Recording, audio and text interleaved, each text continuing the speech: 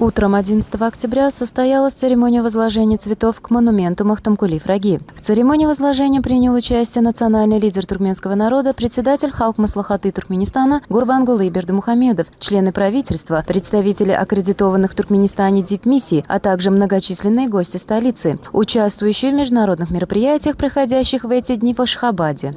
Нынешняя церемония возложения с участием также глав и представителей ряда международных организаций, а также министерств и ведомств ряда стран, приехавших для участия в международном форуме «Взаимосвязь времен и цивилизаций. Основа мира и развития» в год празднования юбилея великого мастера художественного слова стала своего рода данью памяти великому гуманисту, внесшему большой вклад не только в мировую литературу, но и в целом в развитие цивилизации Востока, да и всего мира. Напомним, что высота монумента, установленного на естественной возвышенности, составляет 60 метров, а постамента, на котором высечены крылатые строки из стихотворения великого гуманиста и мыслителя Востока «Будущее Туркмении» и строки из стихотворения героя Аркадага «Кладезь разума» Махтумкули Фраги 25 метров. Самая большая заслуга Фраги перед туркменским народом – это его борьба за единение и осуждение разлада. Время доказало правдивость светлых идей поэта, мечтавшего о суверенном государстве. В нынешнее время стало реальностью то счастливое будущее, о котором мечтал Махтумкули. Сегодня независимый нейтральный Туркменистан известен на карте земного шара как страна мира и согласия.